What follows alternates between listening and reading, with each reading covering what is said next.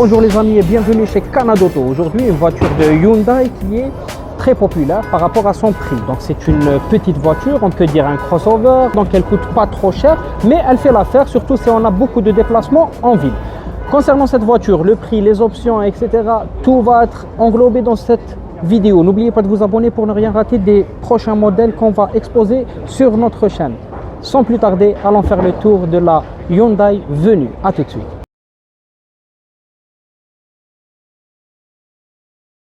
Alors les amis, toujours la même couleur qu'avec les autres modèles de chez Hyundai qu'on a déjà vu sur la chaîne. Je vous mettrai un lien au haut de cette vidéo pour voir les autres modèles. Donc on a la luminosité qui est en LED, mais pas en full LED. On voit beaucoup de lampes halogènes à l'intérieur. Et puis on a cette calandre qui n'a pas de contour, comme si on rentrait directement dans le vif du sujet, avec des petits triangles en dégradé. Ils commencent petits et ils vont grandir en allant vers le bas. Donc là, on va retrouver une... on va dire sorte d'entrée d'air qui est factice, elle n'est pas réelle, et du gris tout au long du pare-choc, c'est dans le bas, et il y a aussi une partie en plastique. Mais en gros, le pare-choc il est de la même couleur que la carrosserie du véhicule. Donc on retrouve néanmoins les montants du pare-brise qui sont en noir brillant, et là les coques du rétroviseur qui sont de la même couleur que la carrosserie, et l'insertion du clignotant et la partie basse du rétroviseur qui est en plastique. Concernant les jantes du véhicule, donc on remarque qu'il y a deux couleurs, donc c'est du gris un peu mat et du chrome, et ils sont de 17 pouces, donc c'est quand même pas mal pour le gabarit de la voiture. On retrouve une bonne partie en plastique dans le bas, mais ça n'amortit pas quand même la voiture, et il y a des barres de toit parce qu'il y a une sorte de crossover, donc il faudrait bien qu'elle paraisse comme un petit SUV. Donc on regarde les poignées de plus près et on remarque qu'ils sont de la même couleur que la carrosserie. On a même la possibilité d'entrer sans utiliser la clé, donc keyless. Il suffit juste que la clé soit proche du véhicule. Si on va à l'arrière, on va remarquer que les feux sont encore halogènes. On a donc le pare-choc qui est du même teint que la carrosserie, la signature venue au milieu et une caméra qui est presque pas visible au-dessus du matricule. Concernant le coffre,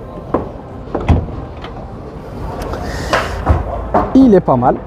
Pour une conduite en ville, c'est pas mal.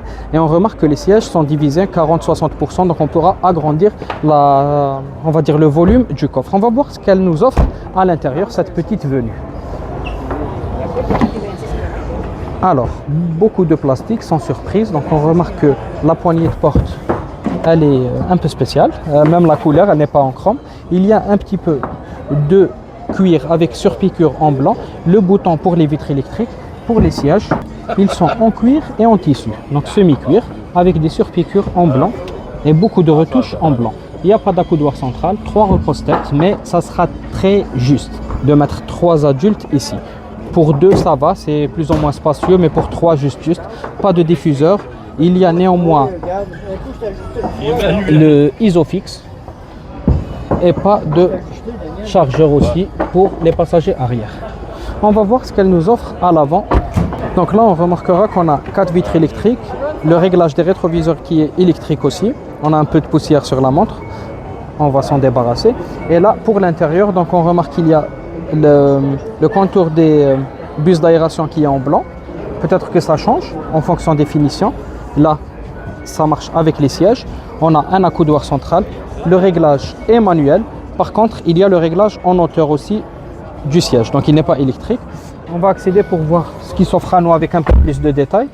Voilà, donc là on aura le cockpit virtuel, donc un compteur numérique, un volant en cuir avec une surpiqûre en blanc comme dans les sièges, beaucoup de touches pour régler le volume, pour régler l'affichage du compteur numérique. Il y a beaucoup d'options qui manquent par ici. Par contre, on peut désactiver l'ESP, et ici on a une petite ou un petit écran digital.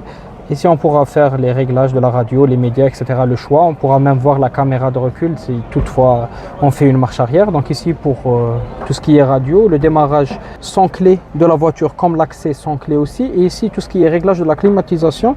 On a ici quelques chargeurs type C, USB, et même le chargeur sans fil peut-être dans des finitions plus poussées. Et pour le pommeau de vitesse, il est pas mal, donc en cuir avec du piano black. Et ici, on a le siège chauffant et le volant chauffant aussi, et ici les modes de conduite. On a deux porte-gobelets, le frein à main qui est manuel et un petit accoudoir avec un petit rangement en dessous. On trouve encore du rangement sur le tableau de bord qui est plein de plastique et aussi des airbags sans les oublier, donc la sécurité est là. Et on retrouve aussi des rangements dans la boîte à gants et dans les portières. Cette version est dotée du toit ouvrant, donc on retrouve une lumière plus ou moins normale, donc ça ne sera pas LED, elle est toute jaune, et un bouton qui nous permet d'accéder au toit ouvrant de cette petite voiture. Concernant les performances de cette dernière, donc elle dispose d'un 1.6 à injection multipoint. Donc en principe, question consommation, elle ne sera pas très gourmande. Pour ce qui est du prix, donc la version que je viens de vous montrer, elle est à 28 300 et on pourra avoir une venue à partir de pratiquement 24 000 $. Voici les différentes versions qui s'offrent à nous pour le moment. C'était tout pour moi, c'était Lotfi et au revoir.